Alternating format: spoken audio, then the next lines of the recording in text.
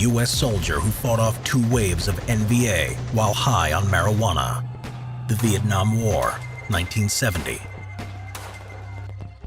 Brave men need no particular time or place to show their courage. In battle, it's simply who they are and where they are, whether they're stone-cold sober, fueled by adrenaline, or even high on marijuana. That was precisely the case with Sergeant Peter Lemon of the United States Army. On April 1, 1970, he helped defend his base against the attacking North Vietnamese soldiers, even though he was under the influence of marijuana. Lemon fought them with a machine gun, an assault rifle, hand grenades, and with his bare hands. He fought so hard and bravely that he was awarded the highest decoration that could be given to an American soldier, the Medal of Honor. The funny thing was, Peter Lemon had not even been born an American. He was actually born on June 5, 1950 in Toronto, Canada. His family background gave you an idea of what kind of material Peter was made of, though. All the men in his family had done their bit and had fought in whatever conflict they had been called up to participate in. However, it was in Michigan in the United States of America that he became a hardcore patriot. Peter's family moved to Alabaster, Michigan, where his father found a job when Peter was only 2. The small-town environment was full of extreme patriotism. His upbringing and the life he led gave rise to his carefree and fearless nature. At 7 years old, he knew how to shoot a rifle and led a gang of the local neighborhood kids. Even at that age, Peter showed all of the qualities required to become a real-life soldier. When the Vietnam War started, anti-communist sentiment exploded in communities such as Alabaster, Michigan. Like most of his buddies, Peter too was eager to fight for his country, even though it meant he would do it thousands of miles from his home. He was only 18 when he enlisted on February 28, 1969. His first stop was Fort Knox, Kentucky, where he underwent basic infantry training. Even though it was only basic training, the program in Fort Knox was pretty tough. The drill instructors wanted to make sure that all of the recruits familiarized themselves with what was waiting for them in the jungles of Vietnam. Peter, however, loved it. Being a soldier was his dream, and now that he had got the opportunity to become one, he enjoyed it.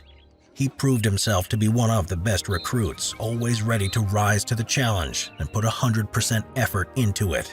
The instructors who assigned him as a squad leader recognized that potential in him. Peter Lemon was sent for the advanced infantry training in Fort Polk, Louisiana, straight from Fort Knox, where he completed the course as top of his class. 5 months after he enlisted, on July 24, 1969, he left the United States of America for South Vietnam. Most of the soldiers on their first tour of duty in Vietnam were consumed with fear and uncertainty when they actually got there. Peter Lemon was not like that. He knew why he was there, and he was ready to fight. Unfortunately, his patriotic sentiment didn't last long, as the horrors of war soon took their toll on even him. The things he witnessed during his few months of combat dispelled any illusions he had that he was fighting a righteous war. He realized in Vietnam that they were fighting a bloody and futile war. The boy who had come eager to fight now just wanted to get back home in one piece. Lemon was not alone in his emotions towards war. In fact, many soldiers saw it the same way. They were all desperate to escape the depression that they had fallen into. The quickest and most accessible remedy was marijuana. In Vietnam, there was a lot of marijuana, and it was everywhere. Smoking pot made soldiers feel numb, which allowed them to carry the burden of war more easily. Peter Lemon was one of them. He too needed marijuana to ease his depression caused by the disappointment with everything that he used to believe in. In March 1970, Lemon's unit, E Company of the 2nd Battalion, 8th Cavalry, 1st Cavalry Division, was sent to the fire support base known as Illingworth in Tay Ninh Province. The base was located 5 miles from the Cambodian border, overlooking a heavily used North Vietnamese Army logistical route. The primary task for the artillery units at Illingworth was to provide fire support to the patrols and reconnaissance teams along the route.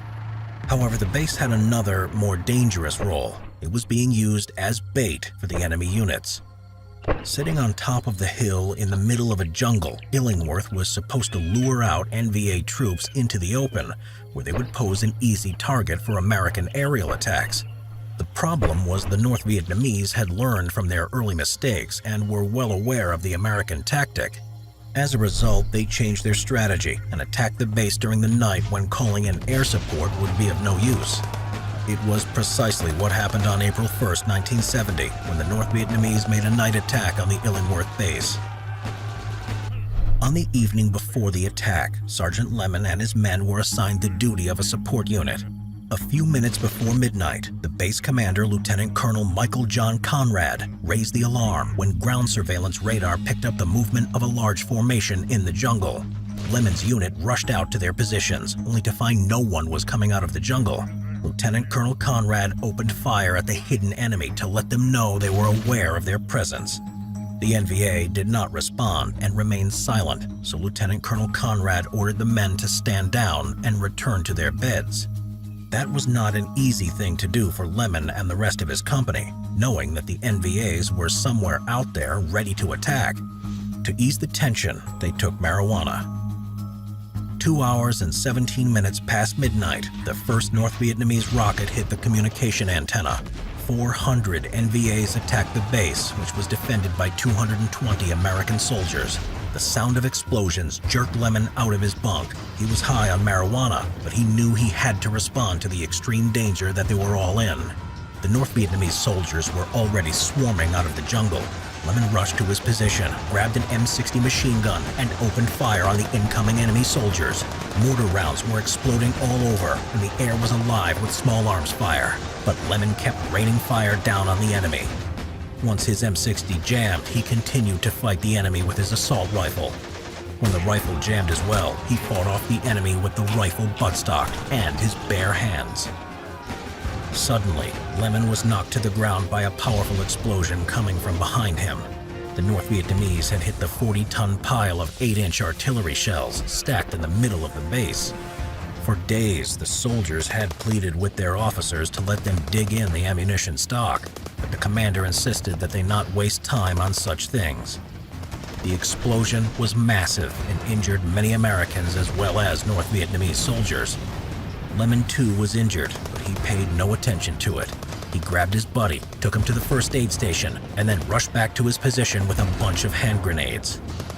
As he was running back, he was injured again, this time by small arms fire. Nevertheless, he kept running, throwing grenades at the enemy and engaging in hand-to-hand combat. Not even a third wound stopped him from fighting.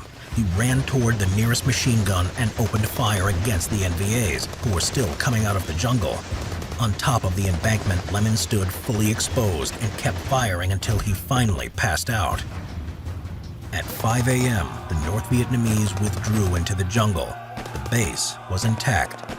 When Peter Lemon woke up in the first aid station, it was all over. He still insisted he was all right, but was eventually evacuated by helicopter. That day, the entire garrison of the Illingworth base had fought above and beyond the limits of courage. For their gallantry in action that day, men were awarded numerous awards, including dozens of Purple Hearts, several Silver Stars and Bronze Stars, 2 Distinguished Service Crosses, and 1 Medal of Honor. The last was awarded to Sergeant Peter C. Lemon. For decades afterwards, Lemon refused to wear his medal because he was so disgusted with the treatment that soldiers in combat got, especially with the fact that the entire Illingworth artillery support base had been nothing more than just a decoy to lure the enemy out of the jungle.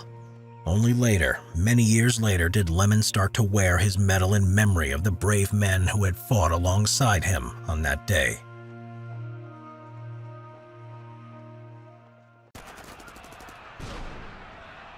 German soldiers on methamphetamine. On May 10, 1940, German troops crossed the border to the west of the country and so commenced the Battle of France. In just 46 days, the French army had been defeated and Germany had established control over Western Europe. This was a glorious victory for the German army, but a massive disaster and pressing crisis for the Allies. The success of the campaign largely came down to the intricately planned tactics of the Germans, who used panzer troops to break through the Ardennes and then encircle the British and French troops in the Low Countries. It was an unexpected, but above all, remarkable maneuver planned by Erich von Manstein and conducted by Heinz Guderian. After the campaign was over and victory was secured, Nazi propaganda credited the success to the superiority of the German soldier, his bravery, and his high spirit. This was not entirely the truth, however. In reality, many of the soldiers were not driven only by enthusiasm, but also by a newly invented synthetic stimulant, methamphetamine. The Nazi regime was characterized by its discriminatory laws against those it considered to be racially impure. It founded its ideas upon the concept of a perfect Aryan race and created extensive lists of those who did not fit this image. This included Jews, disabled people, the mentally ill, and criminally insane. A lesser-known category was drug users. Under German law, abuse of drugs was punishable by death.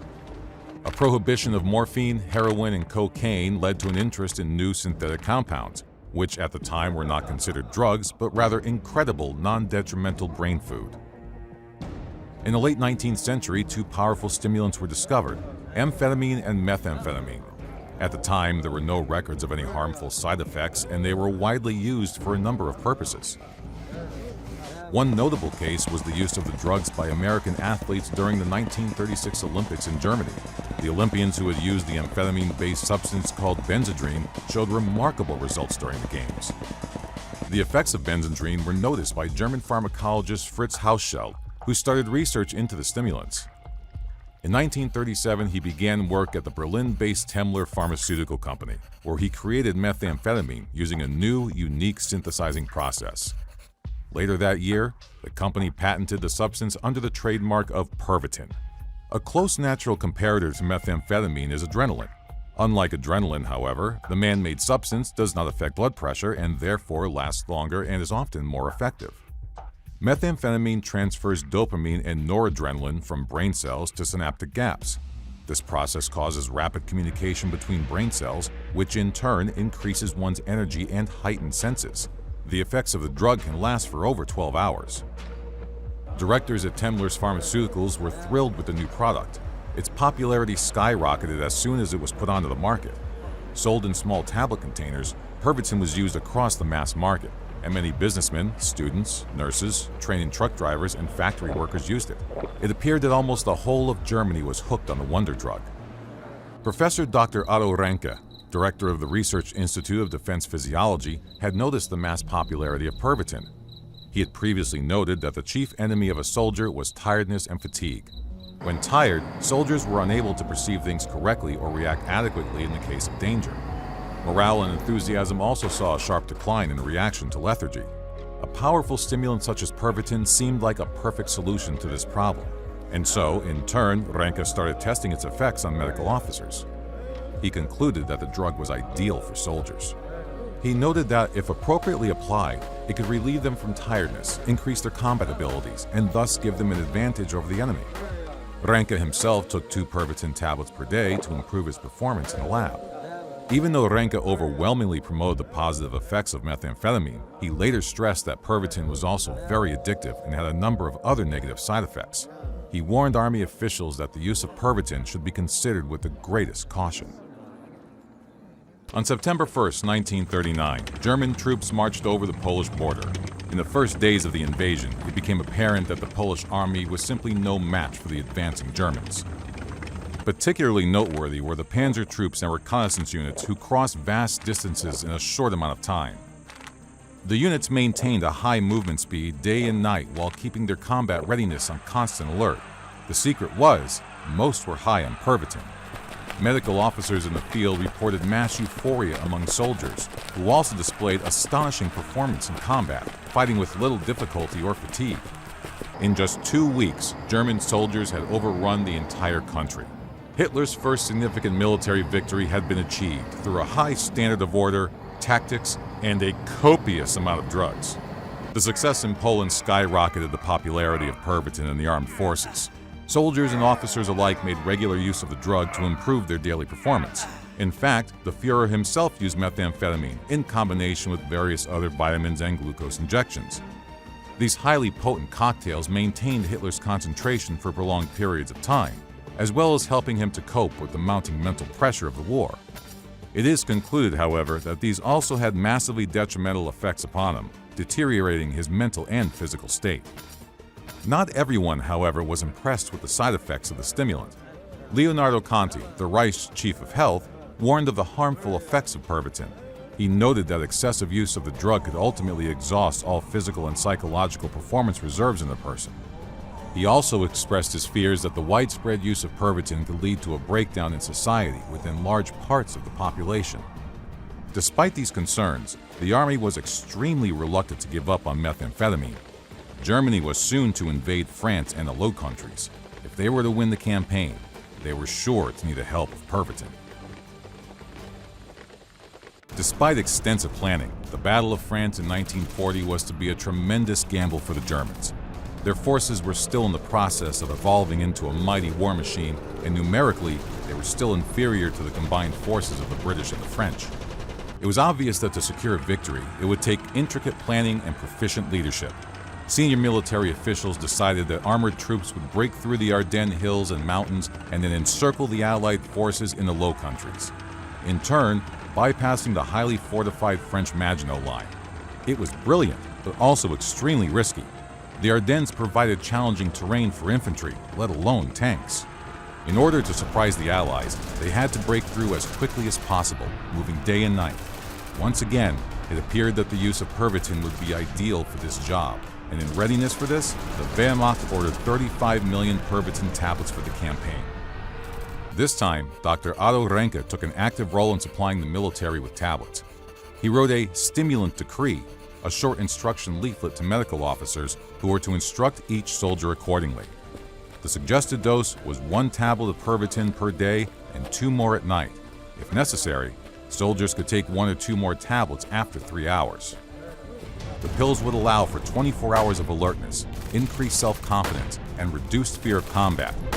In the decree, Ranke also emphasized the negative side effects of using a stimulant, including a supposed belligerent mood. Many of these warnings supposedly went unheard, however. During future military campaigns, there were numerous reported cases of heart failures and suicides due to paranoia or delirium as a result of excessive use of the drug. On May 10, 1940, German troops stormed across Luxembourg and to the border of Belgium. Here they came into contact with Belgian troops hunkered down in bunker networks in preparation for the waves of German attackers. Although aware that an attack would soon occur, the Belgian defenders were caught by surprise and were soon overrun by the enemy. One after another, Dutch, Belgian, Luxembourg, and eventually French towns and cities were falling under the tracks of German panzer troops. Allied commanders were more than surprised at the rapid progress they were making. They were consistently unable to confront the enemy effectively due to their highly unpredictable behavior in maneuvers and operations. Once again, this unpredictability was yet another feature of methamphetamine use. German troops had begun fighting in completely unconventional ways thanks to the drug. The German generals, Guderian and Rommel, spearheading the attack, also made impromptu plans, often disregarding the orders of their superior. They had only one thing in mind: reaching the Atlantic as rapidly as possible. It was obvious from the combat experience in Poland, France, and the Low Countries that methamphetamine had provided a remarkable advantage to the soldiers who used it. They displayed combat superiority, fought without fear, and perhaps more importantly, were able to fight for an unnaturally long period of time. Of course, its usage was not without consequences, and it was quickly discovered that its excessive use led to physical and mental exhaustion, and in some cases even death by heart failure or self-inflicted wounds, just as Leonardo Conti had warned in 1939. For these very reasons, the German High Command decided that to mitigate and avoid these potential issues, they would begin to limit the amount of the drug that would reach the front line. Towards the end of 1941, within the civilian market, the drug had begun to fall from popularity. This came as a result of its manufacturers officially recognizing its highly addictive nature. The drug remained in military service right through the end of the war, however, finding a new lease on life in the brutal conditions of the Eastern Front, where once again it proved its worth by turning tired and dejected soldiers into enthusiastic fighting machines. Surprisingly, variants of Pervitin, manufactured by the original company, Temmler, continued to be issued to German soldiers up until the 1980s. Both East and West German troops had access to these pills until finally the Bundeswehr in the 1970s and eventually East Germany's National People's Army in the 1980s discarded the pills from standard issue medical supplies. How did these warriors continue to fight when shot? The Juramentados, the suicidal warriors of the southern Philippines, 1899 to 1913. The Filipino-American War that lasted from 1899 to 1902 was an insurrection by Philippine nationalists against their recent occupation by American forces.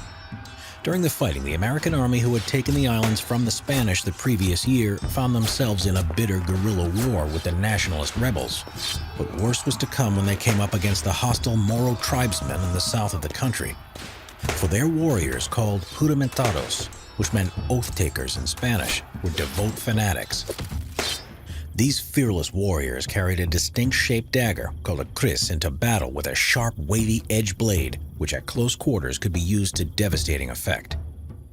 Alongside this, they also armed themselves with kampilan swords, spears, arrows, bayonets, and muskets. In battle, the tribesmen wore robes and turbans, and seemed to be unstoppable to the Americans at first.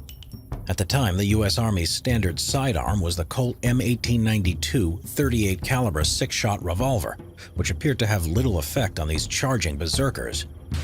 Sometimes it would take up to a full cylinder of 6 shots from one of these revolvers to take down one of these warriors, but before they did, they would already be close enough to kill at least several members of the U.S. patrol they were ambushing.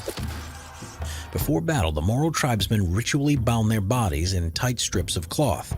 This had the effect of slowing down blood loss when wounded in battle, allowing them to kill as many of the enemy before they finally died of their injuries. For the Juramentados saw their attack on the enemy as being a sacred duty and expected it to end in their own deaths, seeing it as their road to paradise and salvation. They combined this with recreational drugs to inhibit the sensation of pain. This altered their state of consciousness, which turned them into an almost unstoppable frenzy. This, combined with the inadequate stopping power of the U.S. Army's .38 revolver, resulted in terrifying experiences in combat. One account told of Moro tribesmen surging directly through barbed wire, even as it ripped through their flesh and they were riddled with bullets. When they fell, they had glittering eyeballs and bared black teeth. Another was when a Marine emptied his .38 revolver into a tribesman charging towards him, to no effect. He was only saved at the last second when a fellow Marine took down the warrior with a rifle. It was only the Americans' Krag rifles and Winchester 1897 trench shotguns that had the adequate stopping power against the Moro warriors. The Juramentados were all but wiped out in 1913 when a large American force led by General Pershing attacked the final stronghold of the Moro, a large fortified position at the top of Mount Bagsak on the Philippine volcanic island of Yolo, Sulu. The American forces made heavy use of their pump-action shotguns in the battle in order to stop the charging Juramentados. After a bloody battle that lasted several days, the Americans were victorious. All 500 warriors involved were killed as the Americans didn't take any prisoners and left any enemy wounded to die unattended on the battlefield. The American forces lost just 14 men, with another 24 wounded. General Pershing afterwards wrote to his wife saying, "The fighting was the fiercest I have ever seen. They are absolutely fearless, and once committed to combat, they count death as a mere incident." The whole experience so unnerved the U.S. military that after the insurrection, they decided to replace their revolvers with a much larger caliber weapon, and that was the legendary .45 heavy caliber Colt M1911 semi-automatic pistol. A weapon that was said to be powerful enough to stop a horse and proved so reliable and effective that it stayed in frontline service for 75 years with the U.S. Army and the U.S. Marine Corps.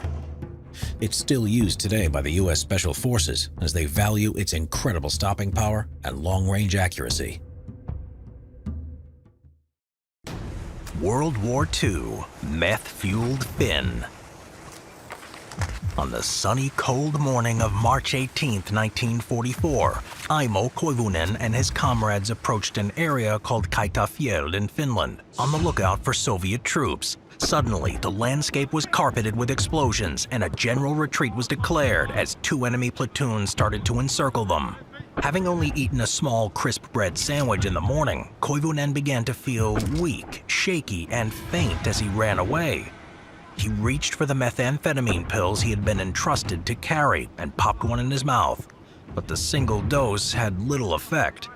It was at this point that he made a drastic decision that would etch his name into the history books. Dipping his unwieldy winter mittens inside of his pocket, the Finn scoffed the entire unit's supply of Pervitin capsules at once, setting in motion one of the wildest trips ever recorded. Koivunen first recalls how within a matter of hours he felt like a new man, ready to take on anything. But after some time he noticed that his surroundings started to unexpectedly change and morph, and he was soon drifting in and out of consciousness. According to his men, during this period, of which he had no recollection, he had become so dangerously out of control that they had to remove the ammunition magazine from his submachine gun. Somewhere along the way, the drug-addled Finn lost his comrades. His next memory was of standing stationary on his skis overlooking the Finnish frontier. He had completely lost track of time, but although he had no idea what day it was, he recalled somehow knowing that he was 100 kilometers from Kaitafjeld, where everything had kicked off. A vague sense of terror accompanied him as he questioned why, where, and how he had gotten into the situation, but the Finn remained ice cool and opted to reinvigorate himself with a tasty snack. Reaching into his backpack, he was surprised to find no provisions and became more startled when he realized his gun was also empty of its magazine. It suddenly dawned on him that he was lost and alone in the middle of Lapland without any food or ammunition. But rather than wallow in self-pity, Koivunen pulled out his compass, determined to find his way back to Finland.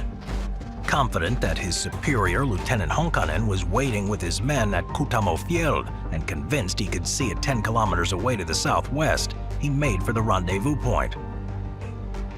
En route, he blacked out again. The next thing he remembered was arguing with some comrades at the summit of Kutamofjeld about their location and seeing plumes of smoke before skiing down the slope to inform Lieutenant Honkanen of their whereabouts.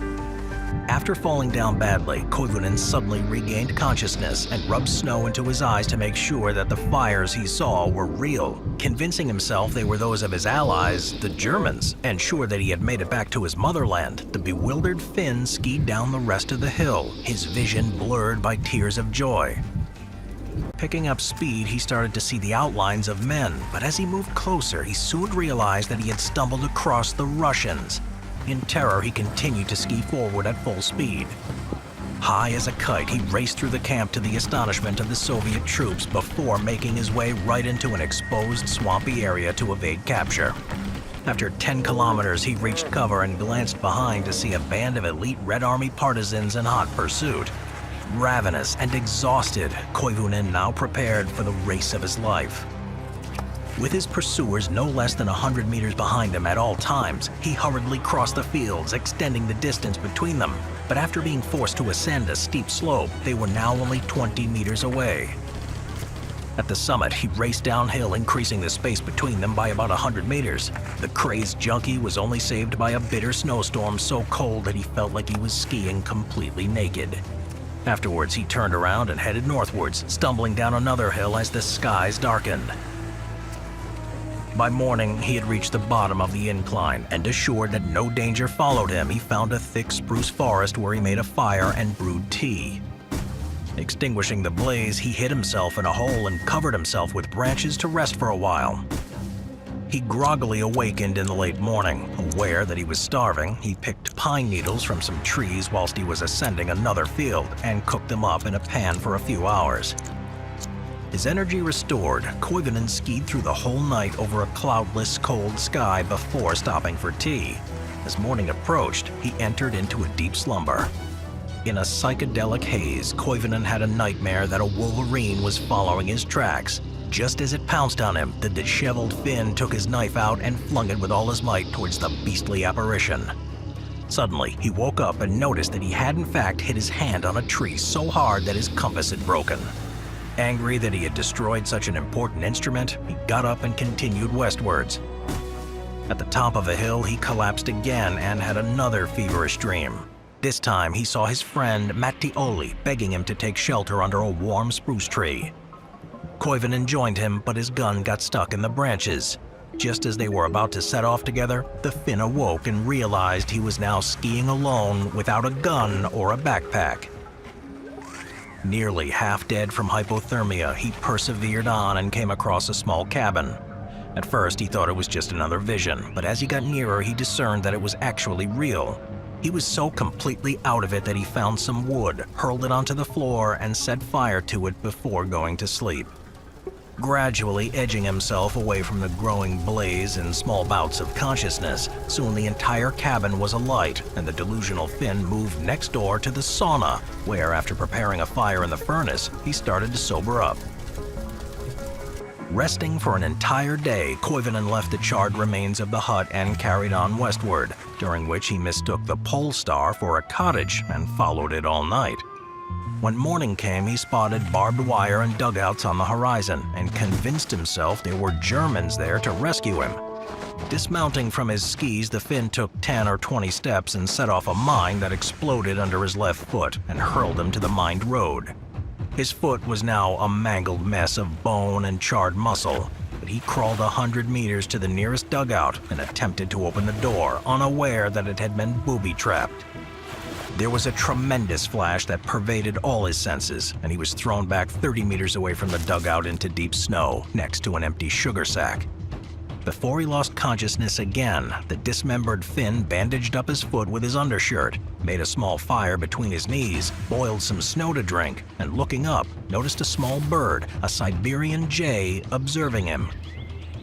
Koivunen now dreamt he was in a hospital feasting on food, and it was like torture, for every time he woke up, he realized it wasn't real. After a length of time, a Finnish patrol discovered him, realizing that he was in no fit state to move. What with his physical and mental condition, they promised to send a rescue party to come and help him get back to safety. When he awoke, the Finn saw that the Siberian jay had come tantalizingly closer.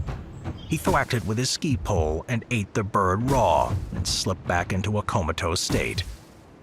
A few days later, he was awoken by the sound of a German reconnaissance plane flying overhead, and sometime after that he heard the voices of his countrymen, who explained to him that he was in the middle of a minefield.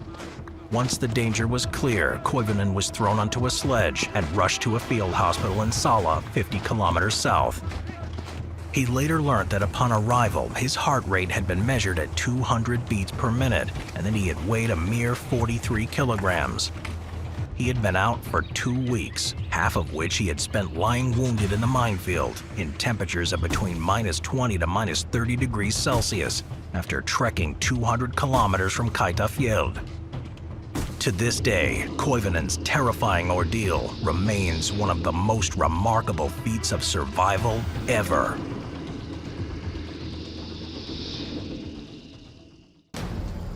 The greatest beer run ever.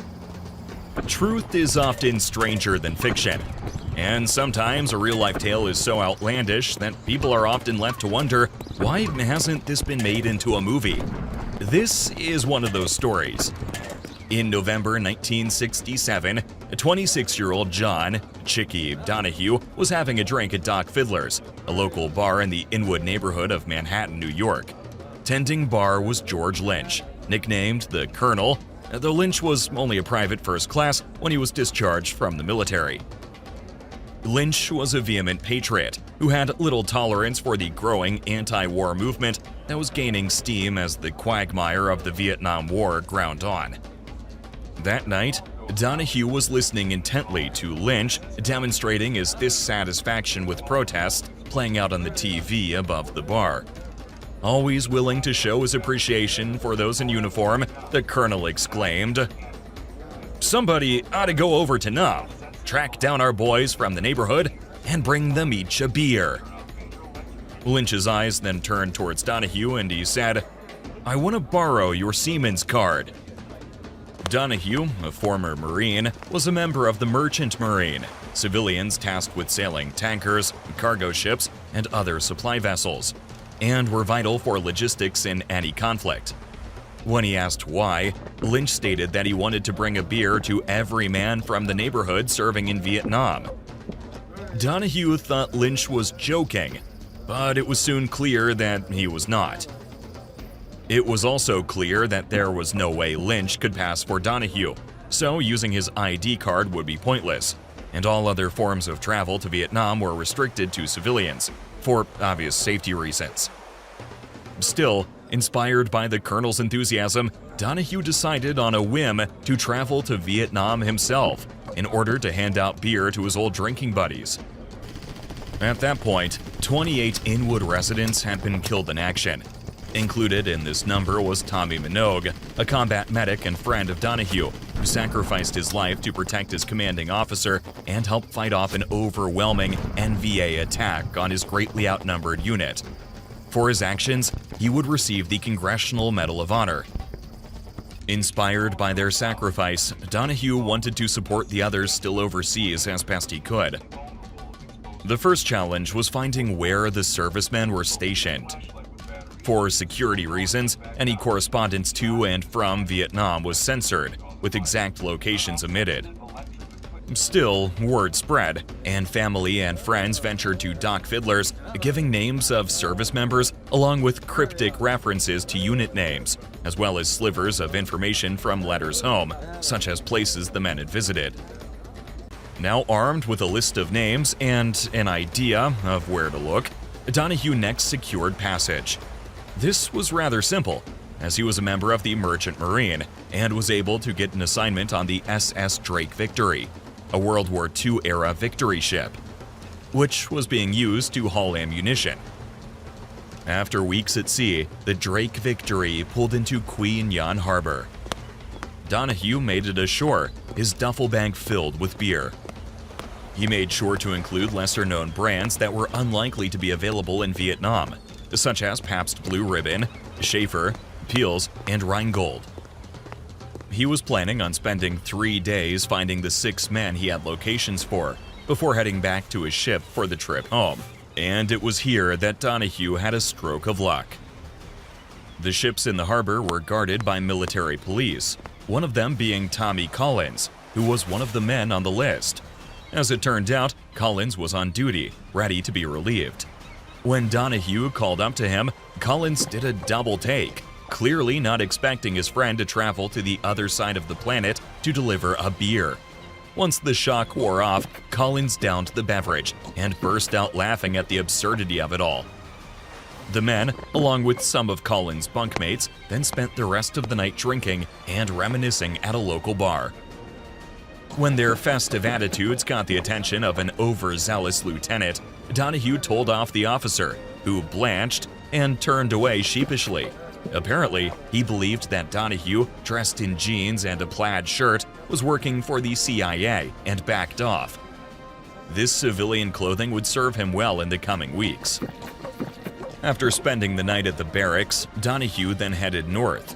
As luck would have it, one of the men in the bar that night was a member of the 1st Air Cavalry Division, the same unit as Ricky Dugan, another Inwood resident on the list. The man had no issues bringing a random civilian on the mail run, scheduled for 8 a.m. the next morning. And working through a hangover, Donahue boarded a Grumman Albatross, headed for An Khê and Bravo Company, 1st Air Cavalry. It was here that Donahue's luck faltered. Bravo Company had left that position and were headed north about 200 miles, towards the demilitarized zone separating North and South Vietnam. Fortunately, there was another mail run scheduled for that new location. The downside was, Donahue only had less than an hour to make the 1300 flight. Picked up by a passing jeep, he explained his mission to the distracted driver, when the vehicle came to a screeching halt.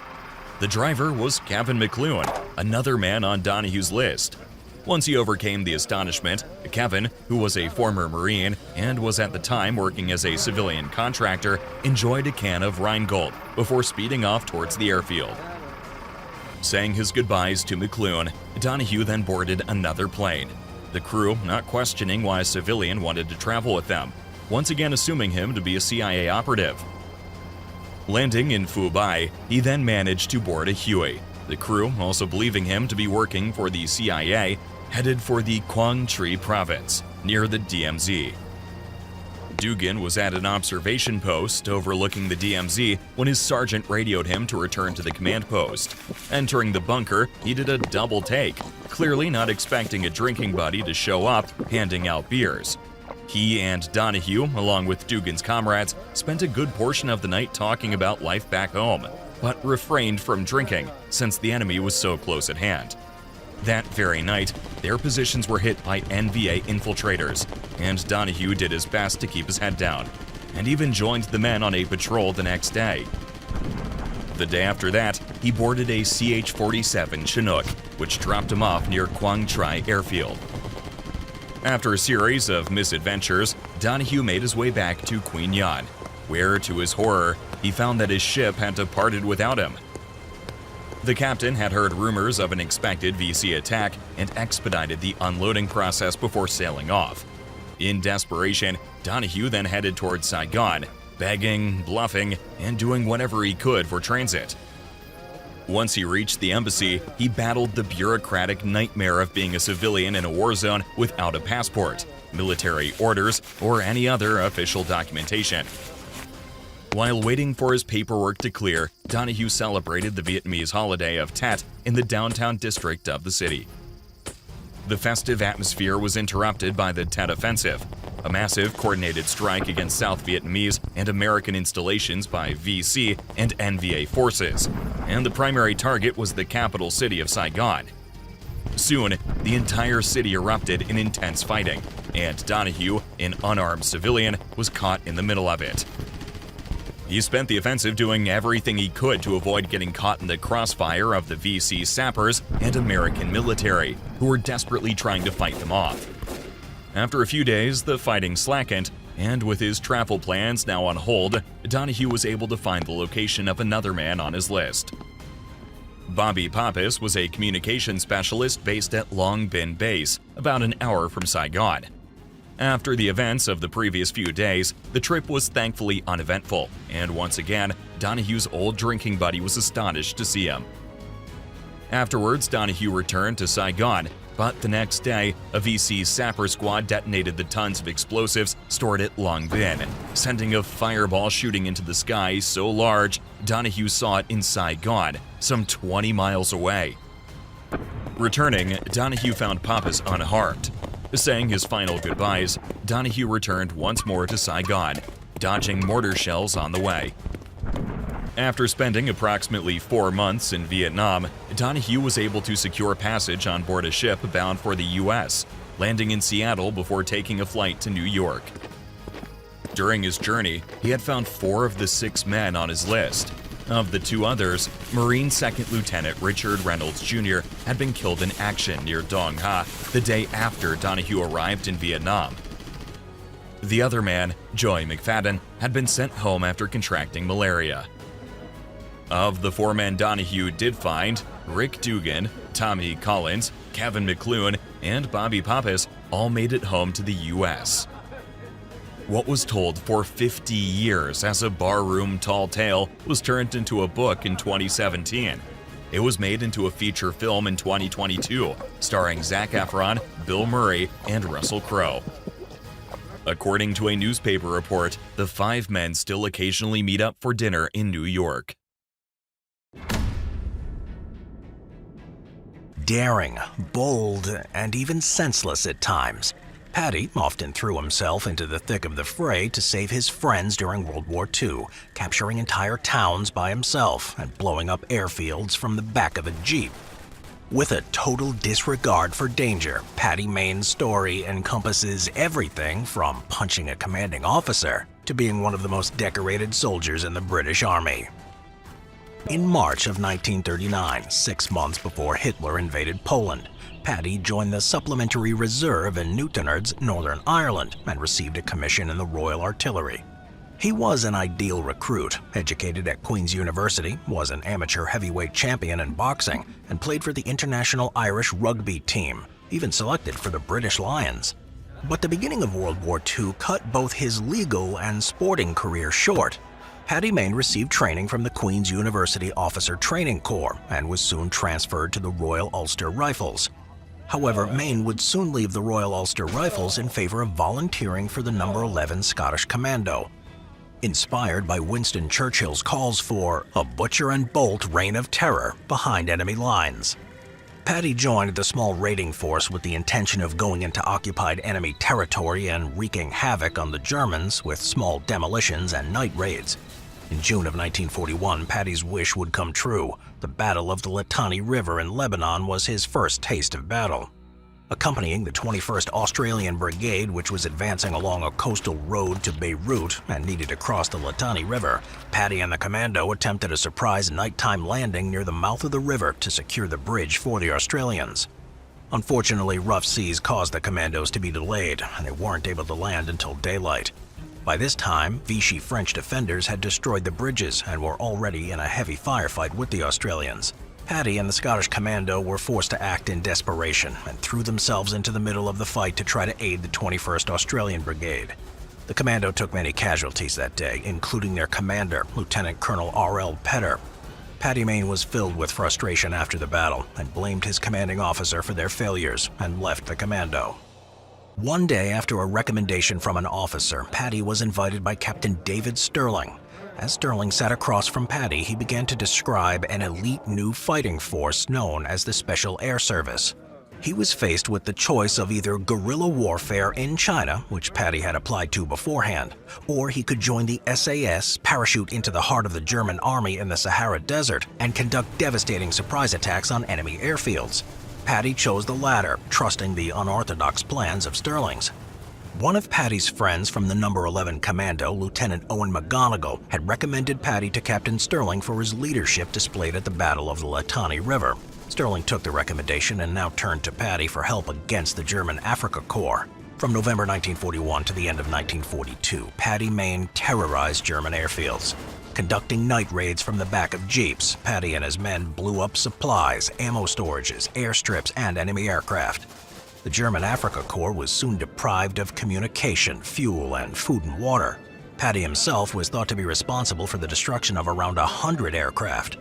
On the first successful raid of the Special Air Service, Mike Sadler remembers being with Paddy as they navigated through the desert to Tamet, where a very long, deep valley, also called a wadi, led up to a German airfield. From there, Paddy Mayne and his men embarked to the airfield, and in Mayne's own words, bombs were placed on 14 aircraft. 10 aircraft were damaged by having instrument panels destroyed. Bomb and petrol dumps were blown up. Reconnaissance was made down to the seafront, but only empty huts were found. Several telephone poles were blown up. In another account of his actions, Paddy Mayne details how he and David Sterling raided the Sidi Hanish airfield and avoided detection while blowing up 40 German aircraft and only losing 3 jeeps and 2 men. The astounding successes of the SAS kept it from being terminated, as there were many in the British High Command who thought the actions of Paddy and his men were too cavalier.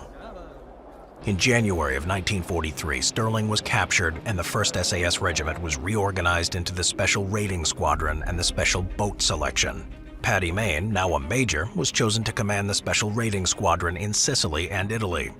On July 10, 1943, Paddy would undertake 2 daring operations to capture 4 enemy batteries in preparation for the landing of the British 13th Corps, and additionally capture and hold the town of Augusta on the eastern coast of Sicily. Overall, Paddy was successful in capturing the batteries, along with taking 450 prisoners and killing another 200 to 300 Italians, and personally led his men through machine gun fire to take Augusta. For his actions on this day, he would receive the first of 3 bars to his Distinguished Service Order. In the following year, Mayne was promoted to Lieutenant Colonel and given leadership of the reformed 1st SAS Regiment. With a blatant disregard for danger, charismatic leadership capabilities, and unmatched determination, Paddy Mayne was a superb and glorified leader to his men. And on April 9, 1945, he would undertake one of the most epic advances in history. While clearing a path for the 4th Canadian Armored Division, Mayne was informed that British soldiers were pinned down by German troops near the town of Oldenburg in northwest Germany. Coming to the rescue, Paddy Mayne jumped into a jeep and raced to where his men were surrounded. With just a sidearm, Paddy exited his vehicle and cleared a nearby house of Germans. From there, he took a Bren light machine gun and drove straight into the advancing Germans who were headed for his friends. Driving up and down, Mayne kept one hand on the wheel and another on his machine gun as he attacked the Germans and stopped to load wounded soldiers onto his jeep. Members of the SAS who weren't wounded were able to clear enemy positions inside houses and take out snipers' nests in this whirlwind of chaos. Following the extraction of his men, Paddy then took those who could fight and headed straight for Oldenburg, where he outflanked the German defenders there and captured the town. Controversially, Mayne was not awarded the Victoria Cross, Britain's highest honor for bravery in the face of the enemy. For his actions on this day, he was instead awarded a 4th Distinguished Service Order. Throughout his career, Paddy Mayne was a beloved leader on the battlefield, but many kept their distance from him during the little downtime they received. With an abusive relationship to alcohol, Paddy often preferred the company of books to people and would routinely challenge, after a period of heavy drinking, any who crossed his path. Increasingly withdrawn, Paddy saw the end of the war in September of 1945 and briefly joined the Falkland Islands Dependency Survey before retiring back to Newtownards with complaints of a crippling back pain. Back in Newtownards, he found work first as a solicitor and then later as a secretary to the Law Society of Northern Ireland. However, his dependence on the bottle worsened as the years rolled by, and on December 13, 1955, he would meet a tragic end. After a long night of continuous drinking, Paddy Mayne left the town of Bangor and made his way home to Newtownards. At roughly 4 a.m., while speeding in his Riley Roadster, he collided with a farmer's vehicle and was found dead at the scene. Hundreds of mourners came to pay their respects to his legacy, and Paddy Mayne is remembered today as a celebrated war hero with a defiant, larger-than-life personality. One of Paddy's officers recalled during his war days that when Paddy had drunk a bottle, he literally picked me up by the lapels of my uniform, clear of the ground, with one hand while punching me with the other, sent me flying. Next day, he didn't remember a thing about it. "Just tell me who did that to you, Gerald," he said. "I told him I walked into a door." He was a very brave man, and I liked him very much. Troubled, wild, and dashing, he was an action movie in real life, and his story is one that continues to inspire people today.